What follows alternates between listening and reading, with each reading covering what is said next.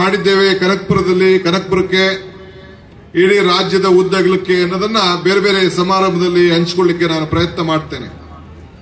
ನಿಮ್ಗೆಲ್ಲ ವಿಶ್ವಾಸ ಇದೆ, ನಂಬಿಕೆ ಇದೆ, ಮುಖಂಡಗಳ ವಿಶ್ವಾಸ ಇದೆ. ಅನೇಕ ಎಷ್ಟೇ ಒತ್ತಡಗಳಿದ್ರು ಕೂಡ ನೀವು ನನ್ನ ಬೆಳೆಸಿದ್ದೀರಿ, ಸಾಕಿದ್ದೀರಿ. ನಿಮ್ಮ ಗೌರವನ ತರುವಂತ ಕೆಲಸವನ್ನ ನಾನು ಮತ್ತು ನಮ್ಮ ಎಲ್ಲ ಪ್ರತಿನಿಧಿಗಳು, ತಾಲೂಕ್ ಪಂಚಾಯತ್ ಇರ್ಬೋದು, ಮುನ್ಸಿಪಾಲಿಟಿ ಇರ್ಬೋದು, ನಮ್ಮ ಮುಖಂಡರು ಇರ್ಬೋದು, ಸಂಸತ್ ಸದಸ್ಯರಿರ್ಬೋದು, ನಾವೆಲ್ಲ ಕೂಡ ನಿಮ್ಮ ಸೇವೆಯನ್ನ ಪಕ್ಷ ಭೇದ ಮರೆತು, ಜಾತಿ ಧರ್ಮವನ್ನು ಮರೆತು ನಾವು ಕೆಲಸವನ್ನು ನಾವು ಮಾಡಿಕೊಂಡು ಬರ್ತಾ ಇದ್ದೇವೆ.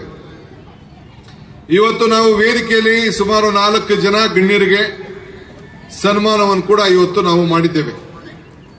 ಮುಜೀಬ್ ಸಾಹೇಬರು ದಕ್ಷ ಆಡಳಿತಕ್ಕೆ, ಪ್ರಾಮಾಣಿಕತೆಗೆ ನಮ್ಮ ತಾಲೂಕಿಗೆ ಒಂದು ಗೌರವವನ್ನು ತಂದುಕೊಟ್ಟಿದ್ದಾರೆ.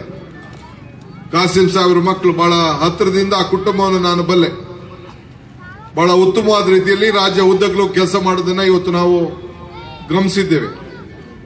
ಅವರ ಜೊತೆಗೆ ಚಿಕ್ಕಮರಿಗೌಡರು, ಅವರು ಕೂಡ ರಾಜ್ಯೋತ್ಸವ ಪ್ರಶಸ್ತಿ ಆಗಬೇಕು ಅನ್ನೋದು ನಮ್ಮೆಲ್ಲರ ಆಸೆ ಇತ್ತು.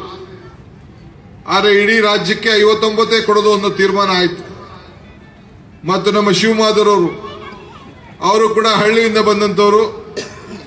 ಈ ಕುಣಿತದಲ್ಲಿ, ಈ ದೇವರ ಕುಣಿತದಲ್ಲಿ ತಂದೆ ಆದಂತ ಛಾಪನ್ನು ಮೂಡಿಸಿ ನಮ್ಮ ತಾಲೂಕಿನಿಂದ ನಾವು ಅವರಿಗೆ ಬೆಳವಣಿಗೆಗೆ ಅತಿ ಹೆಚ್ಚು ಶಕ್ತಿಯನ್ನ ಕೊಟ್ಕೊಂಡು ಬರ್ತಾ ಇದ್ದೇವೆ. ಹೀಗೆ ಬಹಳ ಹಿರಿಯರಿದ್ದಾರೆ.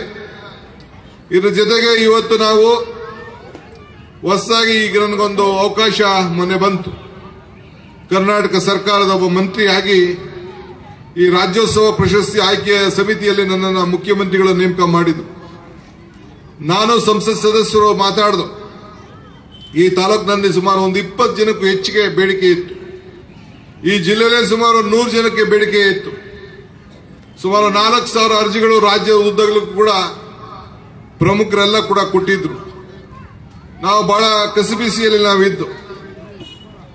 ನಾವು ಇವತ್ತು ಸಂದರ್ಭದಲ್ಲಿ ಯಾರಿಗೆ ಸಹಾಯ ಮಾಡಬೇಕು ಅಂತೇಳಿ ನಾವೆಲ್ಲ ಆಲೋಚನೆಯನ್ನು ಮಾಡಿದಾಗ, ಪ್ರಗತಿಪರ ರೈತರಿಗೆ, ರೇಷ್ಮೆ ಕೃಷಿಗೆ ಯಾವತ್ತೂ ಕೂಡ ನಮ್ಮ ತಾಲೂಕಿನಲ್ಲಿ ಒಂದು ಅವಕಾಶ ಕೊಟ್ಟಿಲ್ಲ, ನಮ್ಮ ಜಿಲ್ಲೆಗೆ ಅವಕಾಶ ಕೊಟ್ಟಿಲ್ಲ, ಈ ರಾಜ್ಯದಲ್ಲೇ ಒಂದು ಅವಕಾಶ ಕೊಟ್ಟಿಲ್ಲ.